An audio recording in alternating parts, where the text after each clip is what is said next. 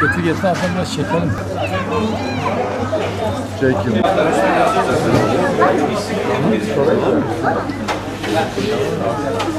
Abi Bingöl torbadan kalmış mı abi? Böyle bir 6-7 kilo falan aldım.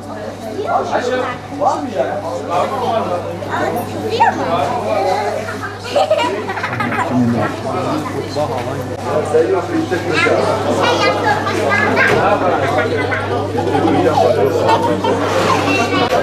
Hangi haberden aldın? Nerede? Neyin? Ahmet. Bizde yok korma yok. Abi biz Ramazan hazırlıkları adıyla bir haber yapıyoruz. Hangi şey? Nerede? Online diyor. Kim çok para verir? Aynen. Çünkü para verirse abi.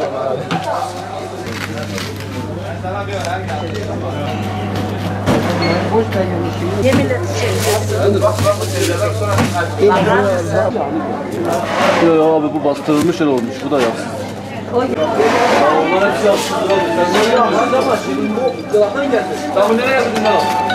Yağmurdur yağmur. Ben Mehmet Emin Belbek. Durum iyidir, gayet sıkıntı yok. Tamam mı? Et yeterlidir. Evlerden sonra yine dağıtım yapıyorlar. Halk istediği kadar gelsin alsın. İki kasaplara göre çok ucuz. Kasaplarda 45, burada 31 lira. Olsun 33, 34 lira da olsun. Anladın? Buradaki et daha güvenceli. Kasaplar Katip'te kaçak geçi kesiyorlar.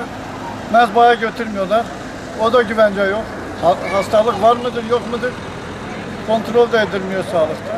Olur abi, daha başka diyeceğim yok. Evet. Bingöl için dört dörtlükte bir yerdir yani et için. Fakir fukaranın yeridir. 45 nerede, 31 nerede?